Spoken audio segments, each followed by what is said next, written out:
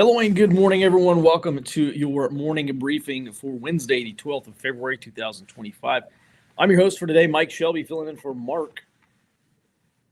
Good morning, everyone. So let's go ahead and get started with Robert inside the Beltway.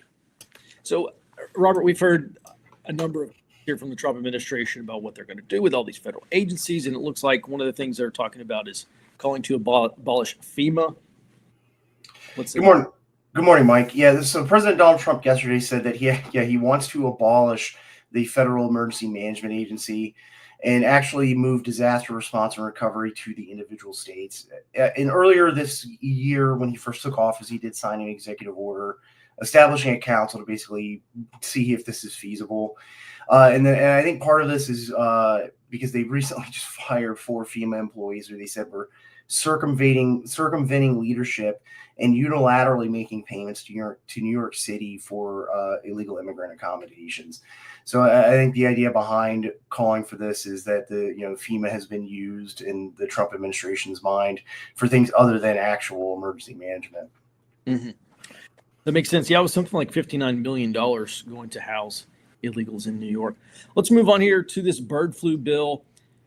We've all heard about I don't know how many millions of birds that have been culled due to this bird flu, and apparently now Congress wants to reimburse farmers who are, I guess, struggling. Robert? Yeah, this is a bipartisan bill that's expected to be announced today. It's called the Healthy Poultry Assistance and Indemnification Act of 2025. And yeah, it would expand bird flu payments to any farmers within a certain distance of these H5N1 infections, even if they haven't actually been required to destroy any birds or eggs. But it has been over 148 million poultry birds culled since this outbreak began as of January. Wow. Hey, over in the comments, there's a question. Any prosecutions in the works?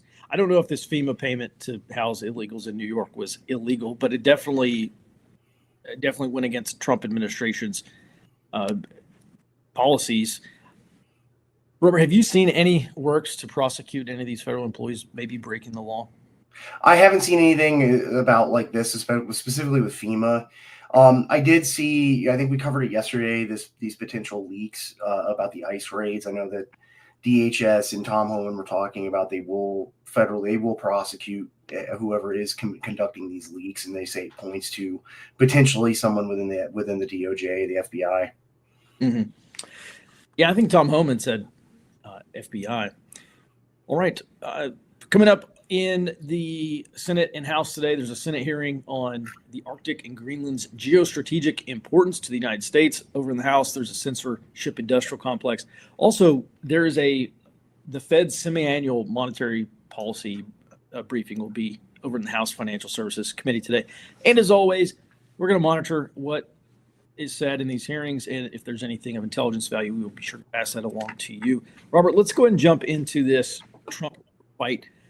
There's a lot back and forth. Basically, you have these low-level federal court judges ruling what Trump and what these cabinet positions are able to do. What's going on? So there were two major developments yesterday. One, a district judge amended a restraining order over the Treasury data, that's the Bureau of Fiscal Services payment data, to clarify that it did not block the Treasury Secretary Scott Bessent or any Senate-confirmed officials from accessing this Bureau of Fiscal Services data, because there was some confusion, I think, over the original order, and the Trump administration pushed back on this, saying that it violated Article 2 powers.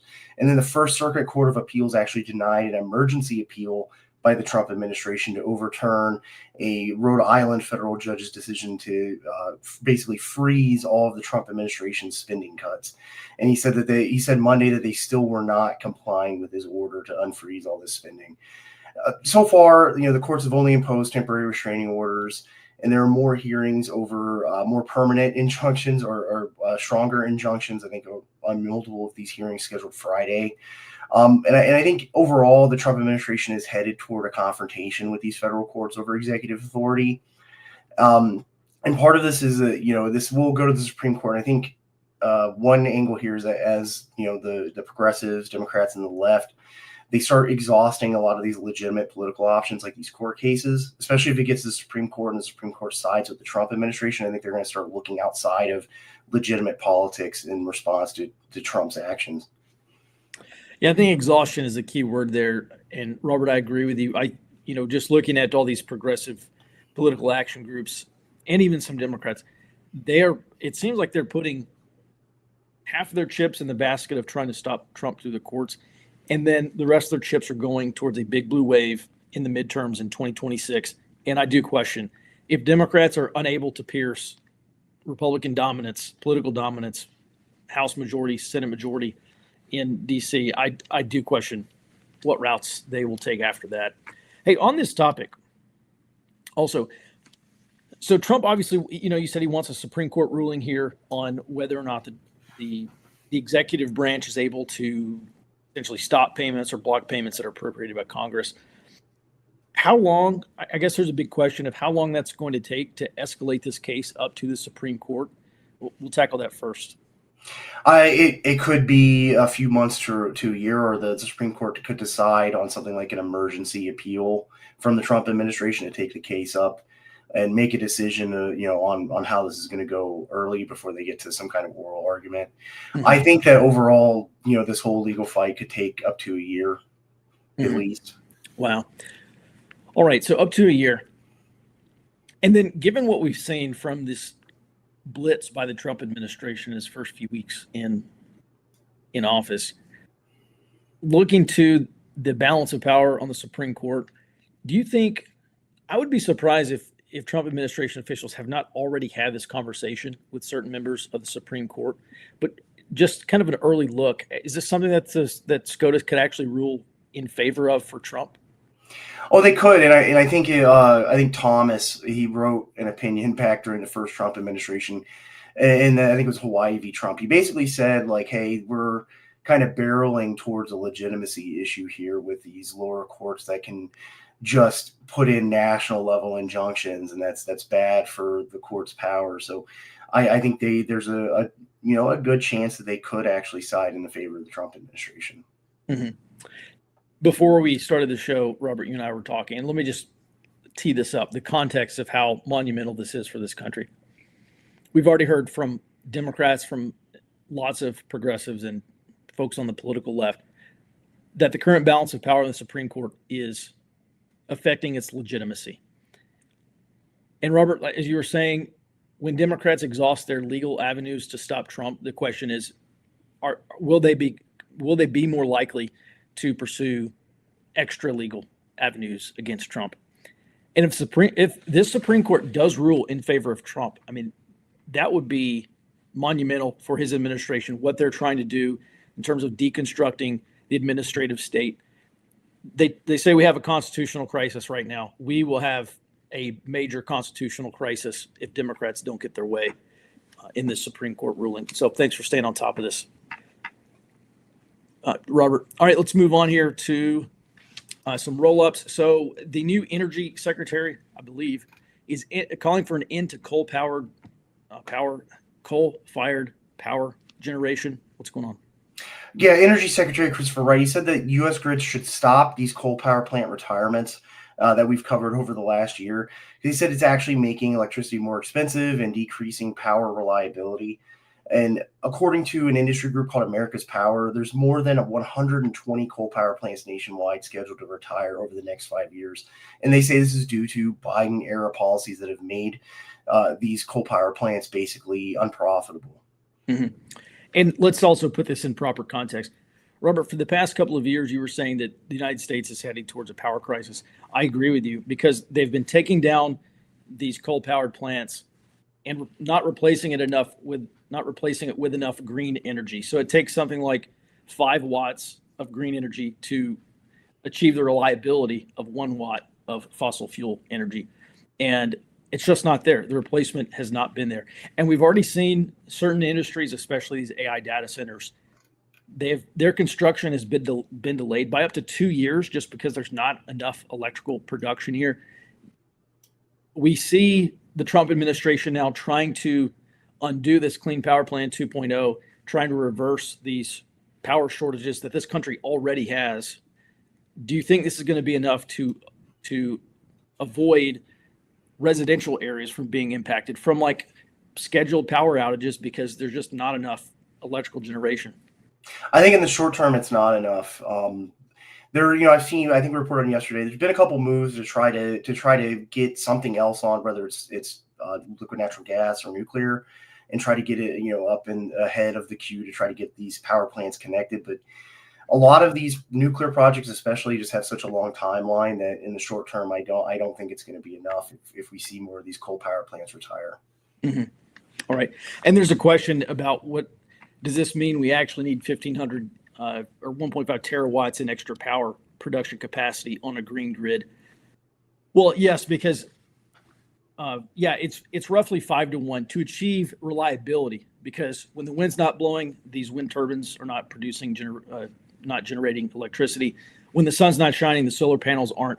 These batteries are not only massive, but they are very expensive, and there's just not enough storage capacity to achieve that level of reliability. Now, there's also some problems with how these current grids and transfer lines actually get electricity out to where they need to go. Robert, there's a thing called reconductoring, and we'll just take a brief detour. Reconductoring, what are they trying to do? They're using, is it carbon fiber? They're trying to put carbon fiber in the power lines because it carries electricity more and farther?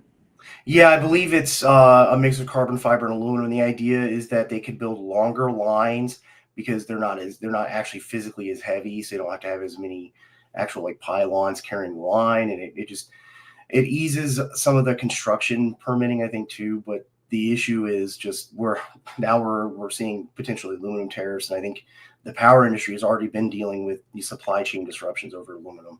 Mm-hmm. Yeah, that's an excellent point also. All right, so lots of problems there. Let's move on here. Ford CEO is saying that these Trump tariffs are going to blow a hole in the U.S. auto industry. Yeah, this is Ford Motor CEO Jim Farley. He said yesterday these 25% blanket tariffs that are set to take effect on the 4th of March are going to blow a hole in the U.S. auto industry never before seen. He said this is also, interestingly, going to give foreign automakers who import into the United States an advantage over American car makers. This is due to, I think, 80% of automotive components used in U.S. cars are imported from Mexico and Canada. Mm-hmm. All right, interesting. Moving on here, over in Houston, ICE and FBI made arrests of 4 members of this Venezuelan gang Tren de Aragua in Houston yesterday. One of the gang members was wanted for murder charges in Dallas. The 3 others were linked to a sex trafficking ring, and according to federal authorities now, they have made more than 11,000 arrests of illegal aliens. I don't know how many of those are violent criminals, but that's a pretty good dent here. All right, thanks for that, Robert. Let's move on here over to South Africa. Jared, we've heard from South Africans there.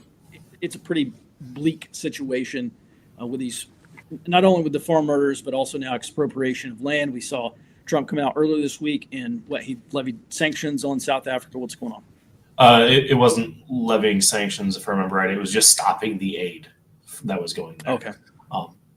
But he also offered refugee status to the Afrikaners, which was a big political move against them. But in response to all of that, South Africa's former ruling party filed treason charges against the AfriForum party. And that's an Afrikaner rights group. The former ruling party claims AfriForum lobbied foreign powers to undermine South Africa's sovereignty, and that this is tantamount to, quote, a direct assault on our nation's independence, which, keeping in mind, as far as South African history is concerned, they only gained their independence right around the time I was born. They had not been there very long. So this is a very significant threat, and we'll continue to monitor it because I think this is about to get real ugly real quick. Yeah, that's unfortunate. Also, hey, a bunch of U.S. officials, are they traveling to Ukraine today? They're at least meeting with the Ukrainians. What's going on?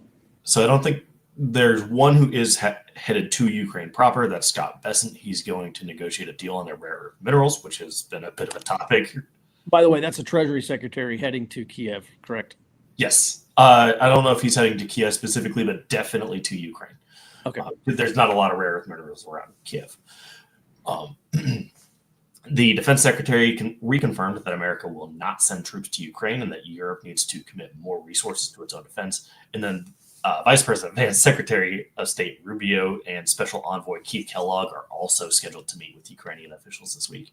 And this to me looks like another indicator that when the Trump administration does something, they're going to do it wholeheartedly and send every available man they've got.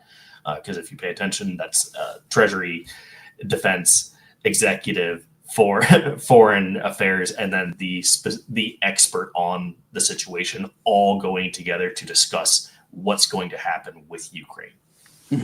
All right, interesting. Thanks for staying on top of that. Also, yesterday there was a big meeting between the King of Jordan and President Trump. They're discussing the future of Gaza. Trump wants to apparently move the Gazans and build a big, beautiful resort on the Mediterranean in Gaza. And apparently this meeting was not very productive, but what's the latest? Yeah, so in concrete terms, it was not very productive. However, one thing I found particularly, President Trump issued quite a few threats against Hamas during it. But King Abdullah, the King of Jordan, said that there is a plan from the Arab states to fix Gaza, and this is actually going to take into account America's interests and the people of the region, which it was the fact that it is scheduled to take into account America's interests points to me that they are taking the "we will own Gaza" threat quite seriously. And actually, that's kind of a victory lap for Max on his last roundtable. Mm-hmm. Yeah, that's a great point. On Friday, Max said he was a little cautious about Trump actually wanting to build a big, beautiful resort in Gaza.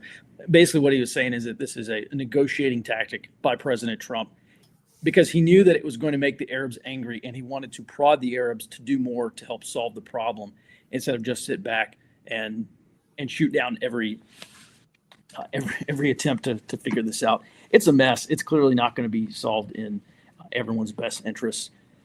But we wish the Trump administration the best on trying to solve that problem. Also, Trump is going to meet the Indian Prime Minister, Narendra Modi, tonight. What's the latest there?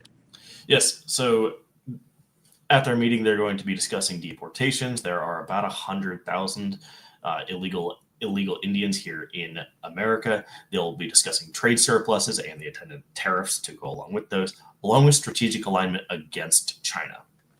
Mm-hmm. And this is something, was it back in 22 or 23? The United States and India signed this strategic cooperation agreement.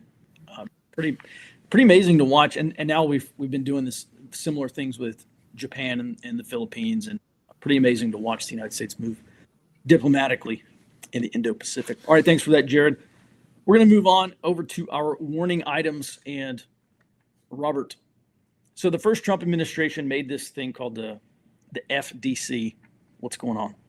Or excuse me, the DFC. Yeah, that's the stands for the International Development Finance Corporation. And apparently some advisors around President Donald Trump are considering moving billions of dollars in U.S. Agency for International Development funding to the DFC. And it was created during the first Trump administration and given the authority to use taxpayer funds for overseas private sector investments.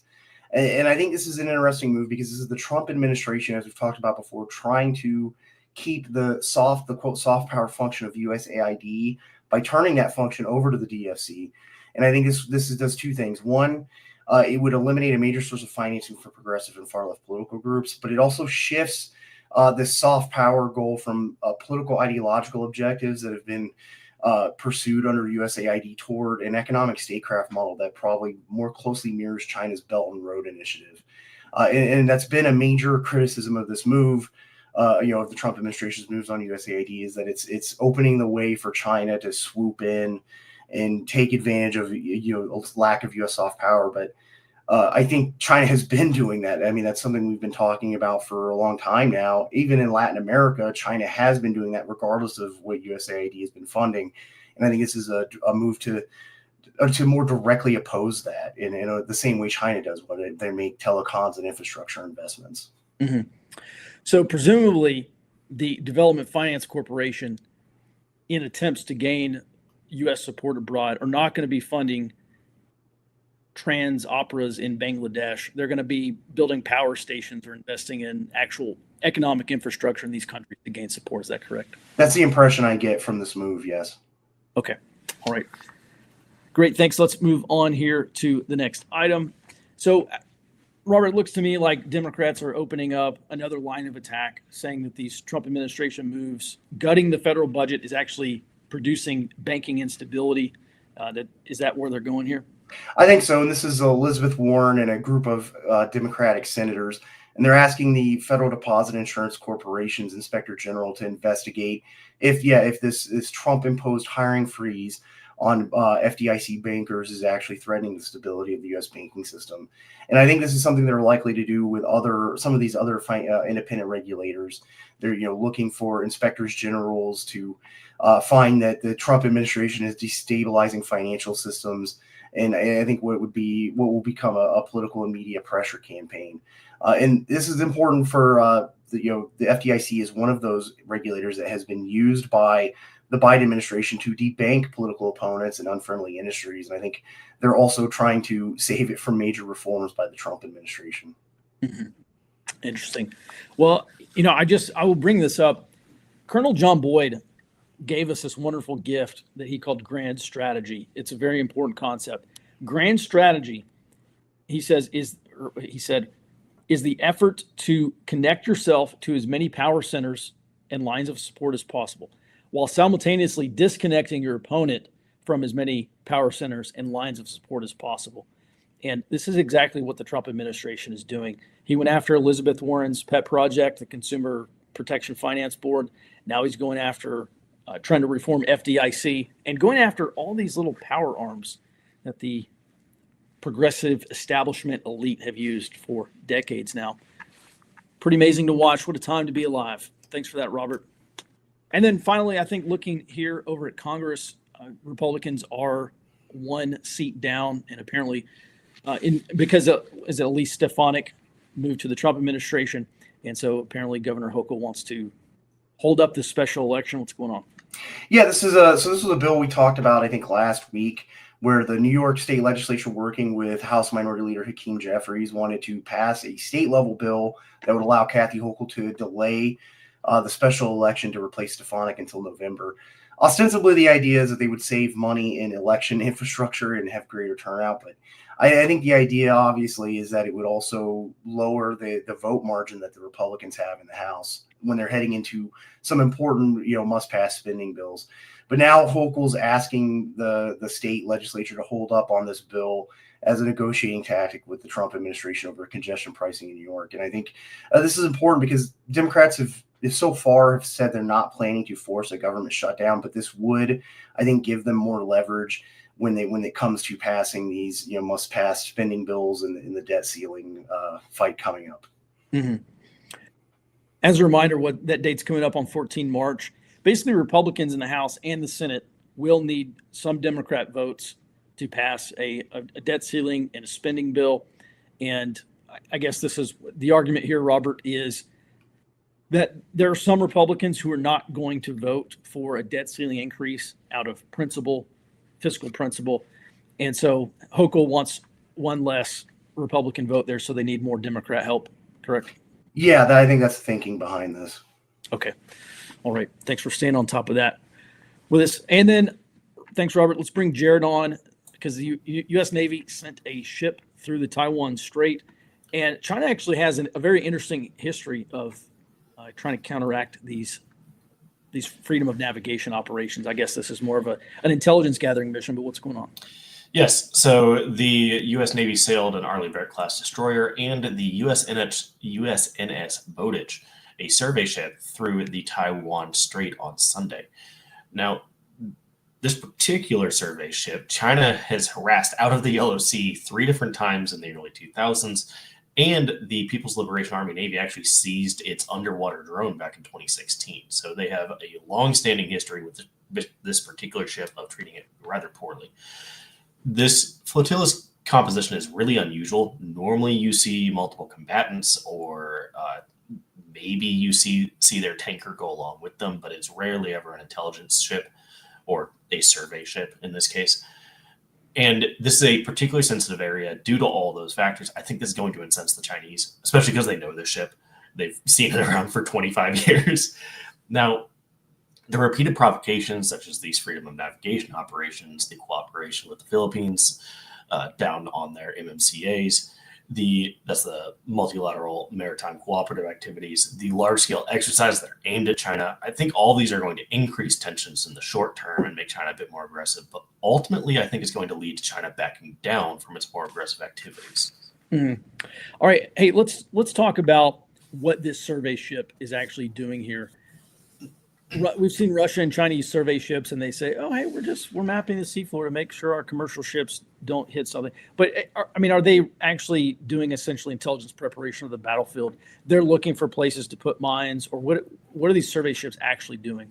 So when it comes to survey ships, they don't even have to be proactively looking for defense assets in any capacity. As long as you are mapping the sea floor, you develop your picture of what the battlefield could look like for submarines. But B, that means that when a submarine, which doesn't have any windows, sends out sonar to find out what its organic tactical picture looks like, if there's an aberration, something has changed, it can go, oh, that's different.